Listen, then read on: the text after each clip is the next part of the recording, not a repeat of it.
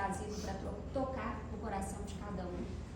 Eu pensei acerca do movimento que nós fazemos, que eu particularmente faço em torno da prece, o quanto ela influencia na minha vida, na vida da minha família, o quanto estar em contato com Cristo transformou a minha vida e a vida da minha família. E à medida que esse tempo foi passando, e é importante falar relatos, porque o que adianta o nosso conhecimento se nós não transmitimos, nós não compartilhamos, nós não colocamos em prática, né, tudo aquilo que fazemos. E à medida em que, com esse avançar e aprender um pouco mais acerca da prece, eu fui percebendo os seus resultados e o quão gratificante é estar nessa comunhão com o Pai. E a prece é um recurso que nós utilizamos com muita frequência no nosso dia a dia, independente do lugar onde estejamos, independente das palavras, da forma, a prece ela é bastante utilizada. E aí a gente precisa, né, falar exatamente o que é a prece. E Kardec fez essa pergunta aos espíritos, então na questão 659 do Livro dos Espíritos, que fala acerca da prece, nós temos que orar a Deus, pensar nele, aproximar-se dele, pôr-se em comunicação com ele. Ou seja, não é simplesmente falarmos palavras, não é simplesmente dirigirmos os nossos anseios, ou mesmo que seja a nossa gratidão a ele, mas que a gente comunique, que a gente esteja em contato com ele, porque a comunicação tem aquele que fala, aquele que ouve, a mensagem, os ruídos, e tudo isso é importante nessa comunicação. Então, quando nós nos dirigimos ao Pai, nós tenhamos essa convicção que é necessário que a gente se aproxime dele, porque ele realmente é o nosso Pai.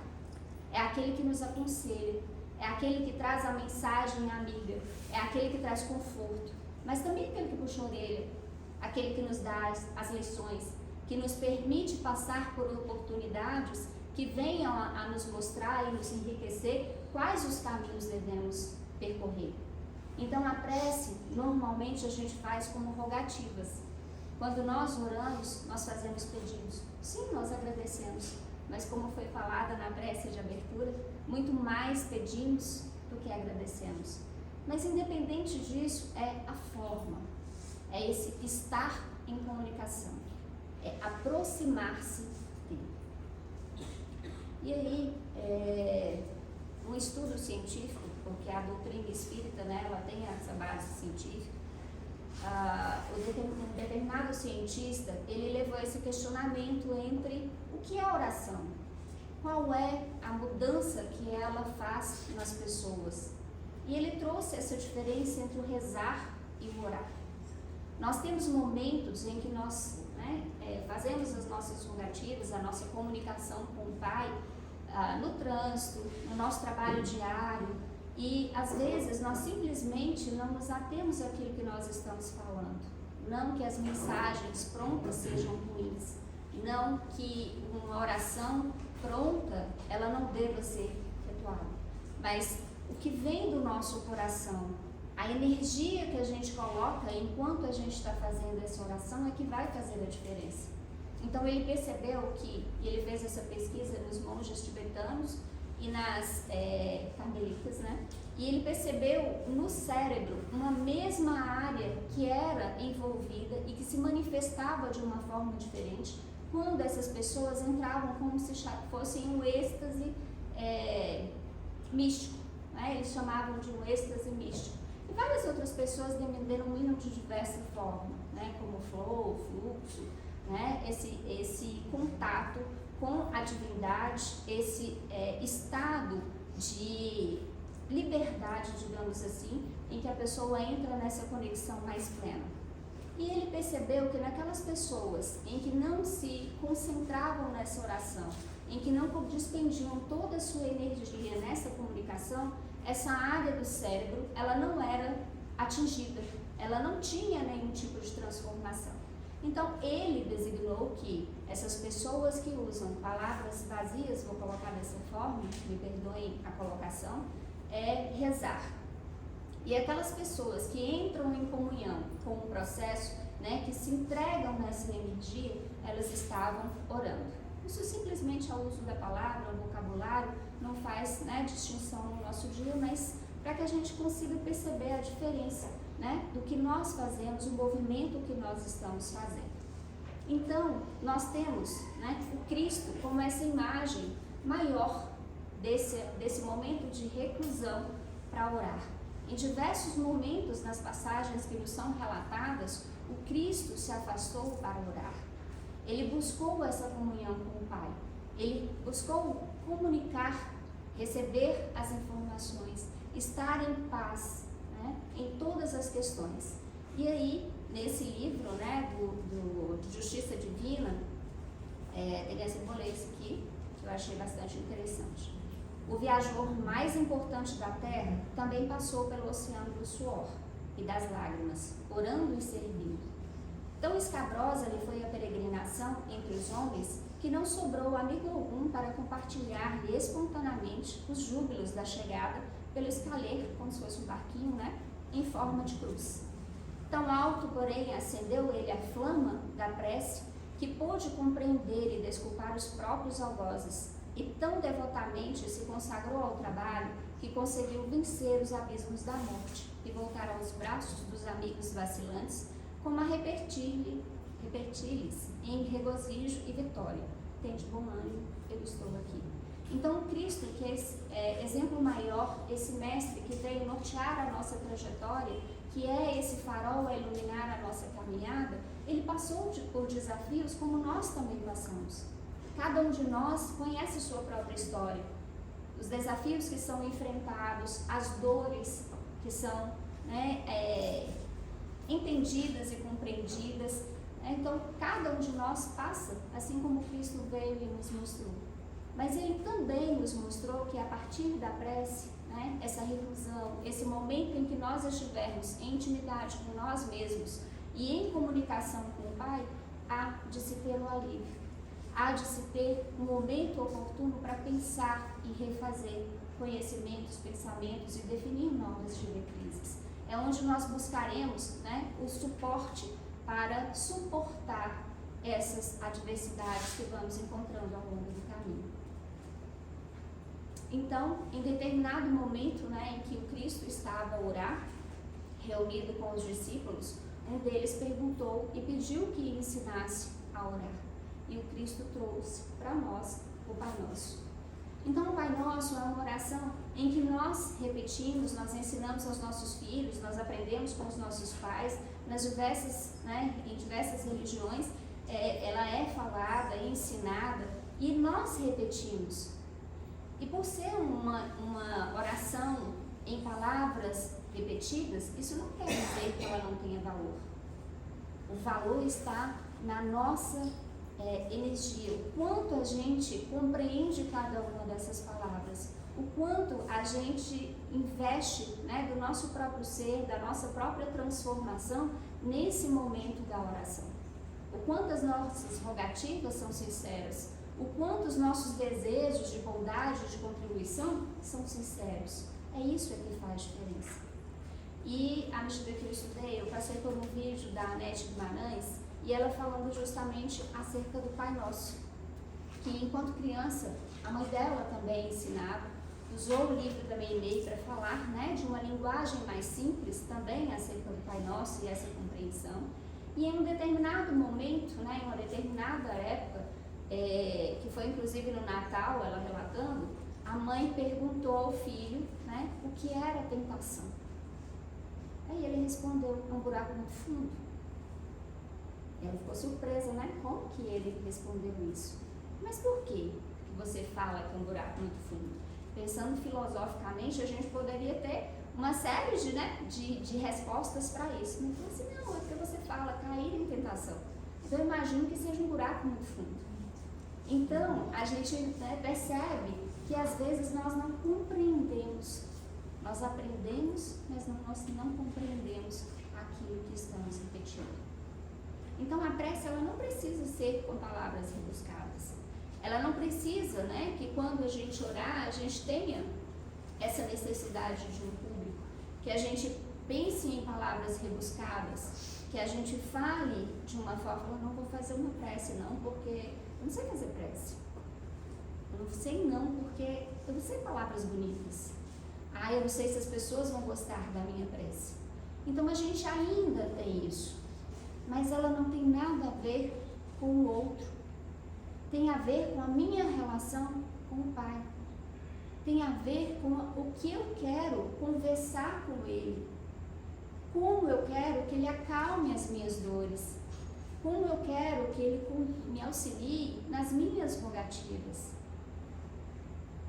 Isso é que tem a ver. E não simplesmente a forma. Então Isabel de Campos, ela traz pra gente nessa carta do coração, né, falando que a prece é como se fosse uma escada invisível. E essa escada, à medida que nós vamos subindo, nós vamos alcançando mais experiência. Nós vamos compreendendo cada vez mais, a cada degrau que subimos, como que é essa nossa relação com o Pai. Como se faz para receber essas forças e que essas forças possam encontrar ressonância em nós e nos auxiliar nessa nossa trajetória, nos trazendo energia, revigorando e fazendo com que nós vençamos as nossas provas. Então a minha rogativa, eu posso até fazer, né? Pai, me ajuda na solução dessa questão. Eu preciso resolver isso, mas não com a intenção de que com um passe de mágica a questão vai se resolver, ou que alguém irá falar para mim por qual caminho eu devo seguir, mas que eu estarei em paz. Eu estarei tão serena comigo e nessa minha relação com o Pai, que eu terei forças suficientes para enxergar a saída daquela solução. Então, quando nós falamos da prece, ela é um processo, ela é um movimento também de autoconhecimento e de autotransformação. O que de verdade eu preciso? E como efetivamente eu posso mudar a situação em que eu me encontro? Como eu posso colaborar com aquele que eu desejo colaborar? Com o meu ente querido que está doente? Com aquela pessoa que passa por um processo de angústia? Com o meu problema que até então eu acho que não tem solução? Então a prece, ela vai me levar, né, a esse processo. E quando ela fala que essa escada é invisível, é porque a cada vez que a gente faz uma prece, a gente se sente mais próximo do Pai. A gente se sente como se realmente Ele estivesse do nosso lado conversando conosco. E essa experiência, por mais que ela pareça distante ou impossível, ela é possível. Basta que nós saibamos escutar.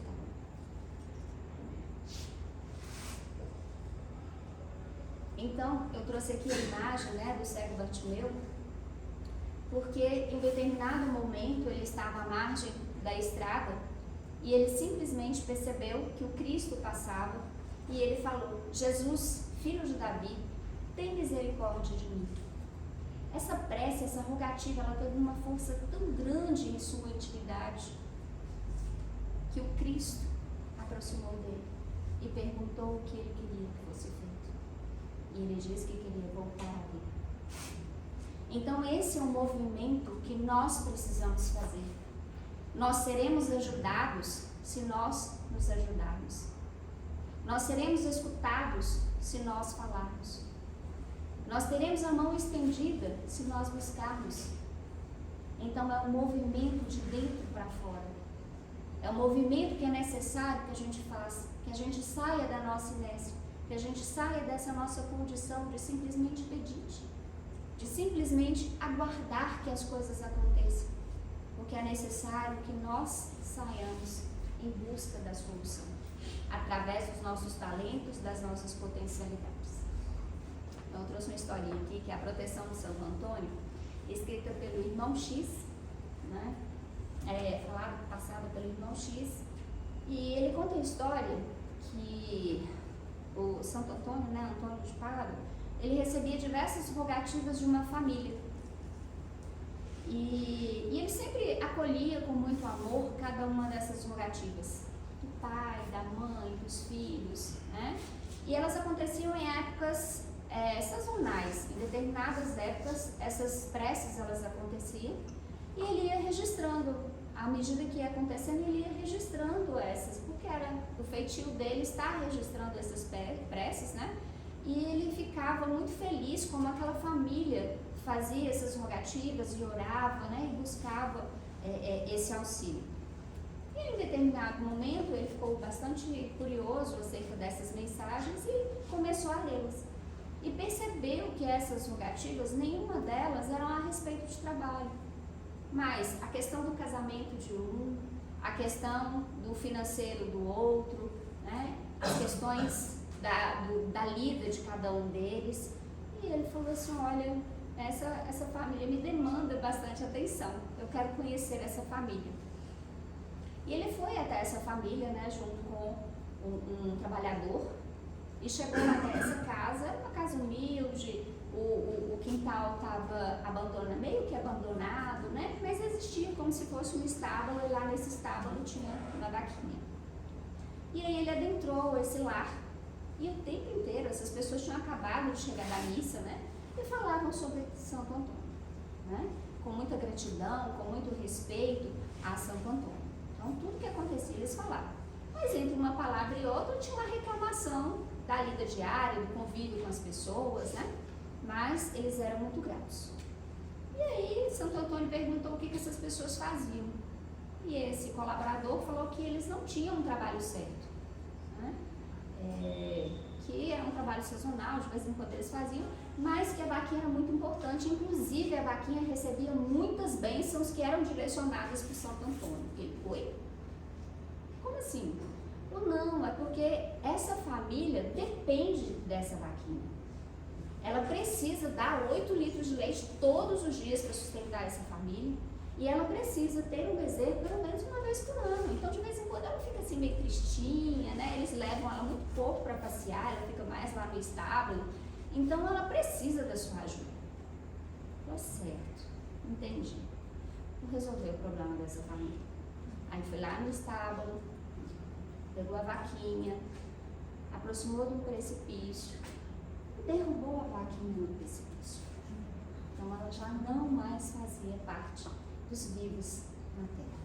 E espantado, né, o colaborador falou, mas como essa família depende? Não mais dependerá. Eles agora irão fazer por conta própria o trabalho deles. E passado o tempo, né, as rogativas foram diferentes. O Santo Antônio passou a receber outros tipos de rogativas e cada uma das pessoas dessa família começou a buscar soluções para aquela questão. Então a gente percebe que em qualquer circunstância, né, a gente deve pensar em Deus. Mesmo que a gente esteja, né, no lugar mais profundo, que a gente tenha chegado, como as pessoas costumam dizer, no fundo do poço. Mas ainda assim, a gente tem que enxergar essa luz. A gente tem que enxergar essa mão que está sempre pronta a nos receber, nos acolher, nos abraçar, né? Mas que depende do nosso movimento. Então essa prece, ela não pode ser simplesmente para que revogar as leis divinas. Aquilo que eu cometi, que eu afastei da lei de amor, da lei de Deus, eu preciso reequilibrar. Aquilo que eu fiz que não estava muito correto, com as minhas escolhas, eu às vezes não sabia muito bem, eu não compreendia, eu me equivoquei, eu errei, mas eu preciso reequilibrar a lei, né? Mas eu não vou fazer uma rogativa para que Deus, que o Cristo, que a espiritualidade amiga, ou a gente tem, né, como fazer esses pedidos, que eles simplesmente nos livrem dessa condição, mas que nos deem a coragem, a paciência, fortalecendo o nosso coração nessas lutas, para que a gente encontre a solução, para que a gente se sinta acolhido e fortalecido para essas lutas. Então essa família, né, ela fazia essas rogativas, mantendo sempre aquela situação, sempre eles precisavam desenvolver, eles precisavam crescer, eles precisavam aprender cada vez mais. Então, às vezes a gente faz e fala assim, nossa, mas eu faço tanta prece, e eu não recebo aquilo que eu quero. Nem sempre a gente vai receber. A gente recebe o que a gente precisa, que a gente vai necessitar. A experiência pela qual a gente deve passar. Então, nessa mesma pesquisa, né, que a gente falou lá atrás, desse cientista e de vários outros pelo mundo, foi definido, né, foi por cerca de 2000 mais ou menos, que eles denominaram de o ponto de Deus, que é justamente uma área do cérebro que está associada à inteligência espiritual. Então nós temos a inteligência emocional, nós temos a inteligência intelectual, inclusive existem diversas formas de mensurar, né? Mas há também a inteligência espiritual, porque a ciência cada vez mais ela busca, né, essa compreensão do ser de uma forma integral. Nós não somos simplesmente corpo, né? Então nessa compreensão eles saíram em busca dessa inteligência espiritual. E essa inteligência, né, ela foi definida e está localizada nos lobos temporais, que são essas regiões na lateral, né, acima das orelhas. E quando há uma manifestação, né, de criatividade, de amor, de bondade e também da oração, há um movimento, né, de uma área, uma outra área que é ativada, que é o pré-frontal. Então nós temos nessas áreas, né, dos lobos temporais, eles vão processar o reconhecimento visual, a percepção auditiva, mas também estão ligadas à memória e às emoções. Então, de acordo com esses pesquisadores, né, foram ativadas também em momentos de transcendência e espiritualidade. Então, quando a pessoa se concentra em uma oração, quando ela faz, né, de todo o coração aquela oração, essa região do cérebro é movimentada, que é considerada esse ponto de contato com Deus. Então ele é responsável para fazer com que as pessoas busquem valores e significados para a vida. Então são pessoas, além de mais criativas, justamente porque é uma área, né, que trabalha a criatividade, mas que estão dispostas a experienciar a vida, a passar por cada uma das questões, das suas experiências, do que acontece em sua vida, com a percepção de aprendizado, né? Buscando extrair da vida a melhor porção, ainda que passar por dificuldades, mas que ela consiga perceber qual o real sentido e significado daquilo. Então, manter essa inteligência espiritual desenvolvida, ter equilíbrio com as duas outras inteligências, faz com que o ser ele saiba lidar com essas situações diárias, com as dificuldades que nós enfrentamos no nosso dia a dia, lidar com as questões que são rotineiras em nossas vidas, em qualquer aspecto, né? Então faz com que nós aprendamos a viver de uma forma harmônica e menos reativa. São pessoas mais pacientes, mais tolerantes, mais empáticas, que têm mais respeito, né? Porque elas se colocam no lugar do outro. Compreende que todas as circunstâncias pelas quais a gente passa, o outro também pode passar. Nós não somos um ser único no universo. Nós convivemos em sociedade. E esse convívio, ele é salutar, porque nós trocamos experiência. Mas nessa troca de experiências, nós passamos por adversidades. Então, quando esses conflitos acontecem, a gente tem um pouco de paciência, a gente ser menos reativo, a gente respirar um pouco mais para depois a gente tomar a decisão. Então, afinal, o que é a prece? Então, a gente pode dizer que é uma projeção do pensamento, né? Cientificamente é uma projeção do pensamento. A partir dela vai se estabelecer uma corrente fluídica, né? E essa intensidade, o teor vibratório, vai depender da pessoa que ora. Ela fala assim, nossa, mas minha prece é tão fraca, né? Normalmente eu não atinjo o meu objetivo. Por quê? Porque a gente precisa vibrar nessa sintonia mais alta. A gente precisa fazer com que ela alcance, né, a espiritualidade superior. E para isso, basta que eu busque a minha melhor parte, a centelha divina que é a minha. E isso vai criar essa conexão. Me desligando um pouco das minhas questões materiais, das minhas questões, né, do dia a dia, e me conectar com esse ser superior. E nisso reside o poder e o alcance da prece. Então, nessa relação, a gente tanto atrai, né, os bons espíritos, quanto a gente vai encontrar soluções, vai se sentir fortalecido para as questões que nós apresentamos. Então, a gente pode dizer que a prece, ela é uma invocação.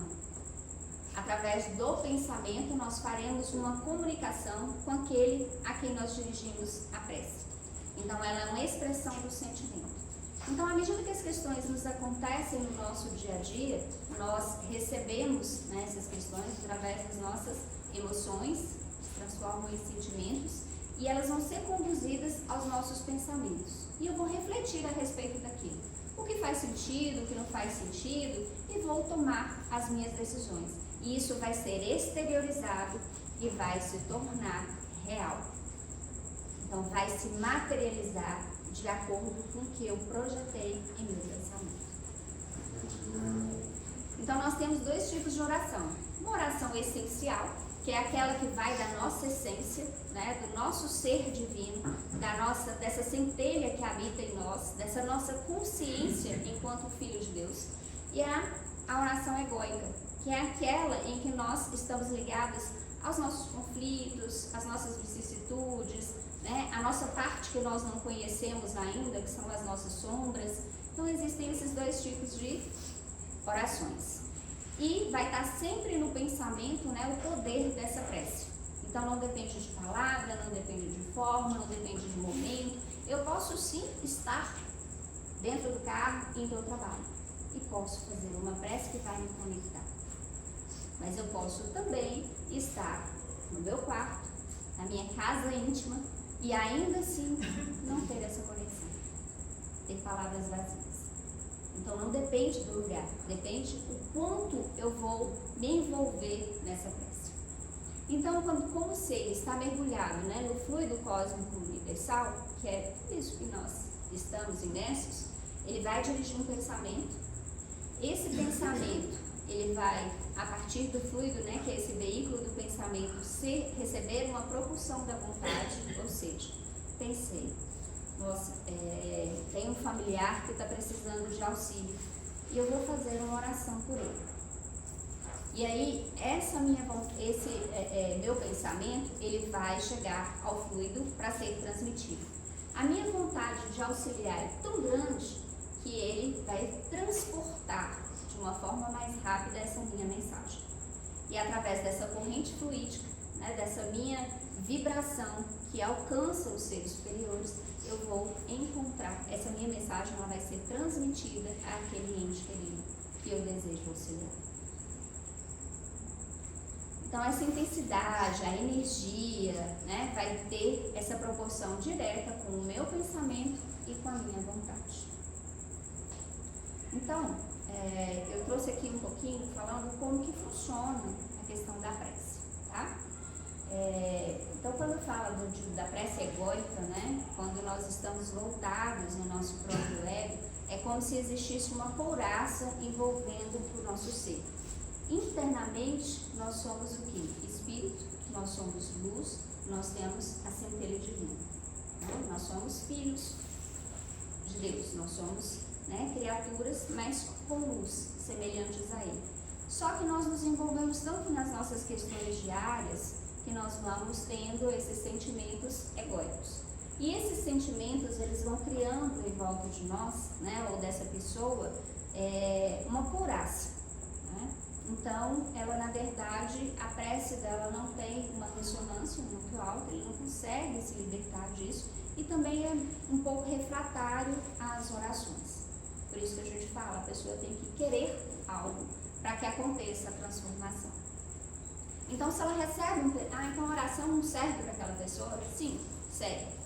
Se ela recebe um pensamento de compaixão, né, se essa pessoa ela vai receber que aquele ente querido que precisa de ajuda, ou eu que preciso e o outro está fazendo uma prece por mim, essa prece vai chegar, que são luzes. O meu interior é o quê? Luz. Então, existe uma sintonia entre essa prece que aproxima e o meu ser, que é a luz. Mas existe aqui uma couraça. Aí a gente imagina como se esses pontos de luz, eles fossem, né, tipo aquele água mole em pedra dura, tanto bate até fura, né? Ele vai aproximando dessa região e vai encontrando uma ressonância com a minha intimidade, que é a luz.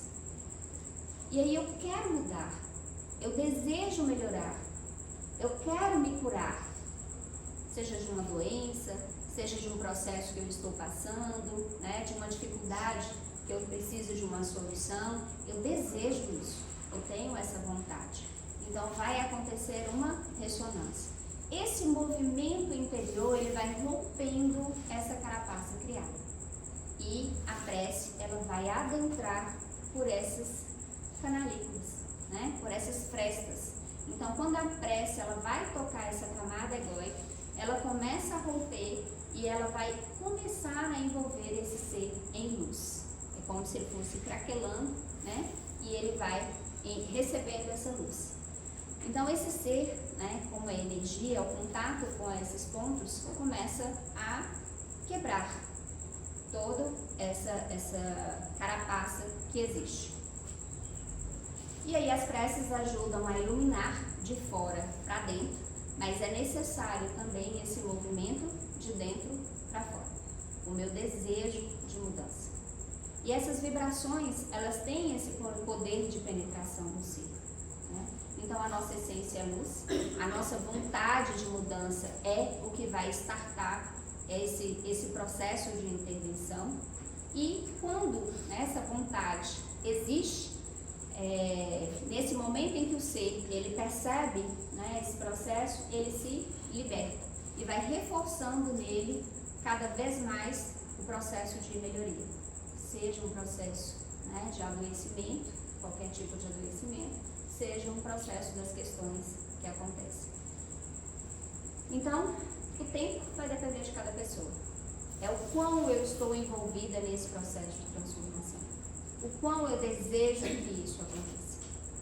Tanto aquele que ora, quanto aquele que é receptivo à oração, né? Quanto mais nós nos sintonizarmos com o alto, quanto mais o nosso desejo for, a nossa vontade for firme, né? Quanto mais nós pensarmos, quanto mais nós estivermos em conexão com o Pai nesse processo de oração, mais nós vamos aumentando, né? Avançando nessa escada que é a prece. Então aquela pessoa que ora também é beneficiada, porque reverbera nela toda a luz, como em processo de gratidão pela bondade praticada. Então, Deus nos atende os pedidos em cada uma das nossas experiências, desafio que nós passamos. Ele devolve, né, em forma de gratidão, todas as bênçãos, de alegria, tudo aquilo que a gente busca, tudo aquilo que a gente faz. E ressoa em nosso íntimo. Então, quando nós fazemos prece, nós nos enchemos de paz, nós nos sentimos leves, nós temos mais discernimento acerca das questões que nós precisamos resolver, né? E isso faz com que nós queiramos cada vez mais contribuir. Então, se funciona para mim, eu quero que funcione para o outro. E isso a gente vai propagando em corrente, né? Como eu falava com vocês, em nossa casa, a gente começou o culto no lar mais ou menos pouco antes da gente começar aqui no Oriental, há mais de 20 anos, eu acredito. É mais ou menos a idade dos nossos filhos. E no início era bastante desafiador, porque, como todo mundo sabe, quem começa, né, o culto no lar, uma visita chega, o telefone atrapalha, o filho começa a chorar, ou ele quer correr e brincar, né? Os nossos eram pequenos quando a gente começou. Então, tudo vai acontecendo para que te tire do caminho, te desvie. Porque a nossa persistência é pequena. Porque o nosso desejo de mudança também é pequeno. Então, nós vamos nos sintonizando a essas adversidades. E quando você fala assim, não, isso eu quero, é importante, nós vamos dar continuidade. Graças a Deus, nós fomos nos fortalecendo e nós nunca deixamos de fazer o culto no lar. Ainda que estivermos viajando, a gente ainda se reúne em família. Ainda que esteja um distante do outro, a gente mentaliza e cria essa conexão. E isso tem favorecido em quê? Em paz, em equilíbrio, em união, em respeito. E isso é o que a oração traz. Quando nós aproximamos do nosso lar, por nossa sintonia, os benfeitores, aqueles irmãos que coadunam com o nosso pensamento, que querem que nós evoluamos, que querem colaborar conosco. Então, o nosso lar, né, como é falado em um dos livros, não me recordo o autor, cria-se um ponto de luz naquele lar e ele irradia. Então, todos os lugares onde a oração existe, também é formada uma egrégora, que é como se fosse uma redoma protetora daquele ambiente. E ela vai se fortalecendo e se estendendo cada vez mais. Então, como que a gente vai melhorar essa nossa inteligência espiritual? Como que eu consigo desenvolver? Isso é possível? Ela é inata. Ela faz parte de nós, do nosso ser. Mas é possível desenvolver. Através do autoconhecimento, quando nós buscamos, né, compreender as nossas vicissitudes, quando nós buscamos colocar luz às nossas sombras, àquela parte que a gente ainda desconhece, né? Quando a gente tem espontaneidade, que é fazer essa conexão com nós mesmos, é buscar esse momento em que a gente possa estar com a gente e criar esse espaço também é muito importante. Quando a gente trabalha com idealismo, né, que é agir com os nossos princípios, com as nossas crenças, sempre tendo o nosso propósito como referência, de uma forma holística, considerando todos, né, abandonando o nosso egoísmo ou trabalhando esses aspectos egoístas em nós, com compaixão, né, tendo empatia com o outro, conectando com os sentimentos do outro, manifestando respeito e amor, com respeito à diversidade, porque isso é salutar, que nós convivamos, né, com a diversidade para que nós possamos aprender mais. À medida que nós respeitamos o outro, quando nós valorizamos as diferenças, nós também nos conhecemos e respeitamos a nós mesmos. Quando a gente lida com independência, ou seja, autonomia em relação à condução da própria vida, quando a gente tem coragem de se posicionar em suas convicções. Isso não quer dizer teimosia, eu sou assim, eu nasci assim, vou morrer assim, não, né? Mas a gente saber exatamente qual é o melhor caminho para nós, quais são as melhores escolhas, em que eu acredito e se posicionar acerca disso. Fazer questionamentos, né? Compreendendo o porquê das coisas e não simplesmente recebê-las. Ser adaptável, né, diante das situações, dos problemas, a gente enxergar sob uma ótica diferente, sob um ângulo diferente e ter foco, porque há uma complexidade na vida. A gente não pode, né, negar isso. Há um fator complexo em viver, porém, nós não podemos perder a nossa capacidade de enxergar e focar aquilo que é essencial, aquilo que é importante, aquilo que nós valorizamos, aquilo que nós não abrimos mão em nossos valores. Então a prece, ela recompõe, né? Eu trouxe aqui também o de Arthur Valadares, uma palestra que ele fez, e ele trouxe esse versículo de Atos. E tendo orado, moveu-se o lugar em que estavam reunidos. E lendo apenas essa parte, né, a gente acha um pouco desconexo e um pouco estranho. Mas, com a profundidade com que Emmanuel traz, que está no livro Vinha de Luz, analisando, né, essa frase, todas as vezes que nós oramos, nós saímos de onde estamos. Nós conseguimos nos abstrair das nossas questões, dos nossos problemas e estar em um outro lugar, onde existe mais clareza, onde existe uma conexão verdadeira, onde existe paz. Então, quando a gente ora, nós conseguimos, né, sair desse momento, desse turbilhão em que nós nos encontramos. Ou não, né? Porque à medida que a gente vai fazendo prece, eles se diminuem, eles vão se cessando, né? Porque a gente começa a lidar com menos reatividade diante daquilo que nos é colocado. Mas é transcender realmente, é estar em conexão mais próxima com o Pai, sendo possível, inclusive se quisermos escutar. Então, eu vou ler isso aqui para vocês. De essência divina, a prece será sempre um reflexo positivamente sublime do Espírito, em qualquer posição, por obrigá-lo a despedir de si mesmo os elementos mais puros que possa dispor. No reconhecimento ou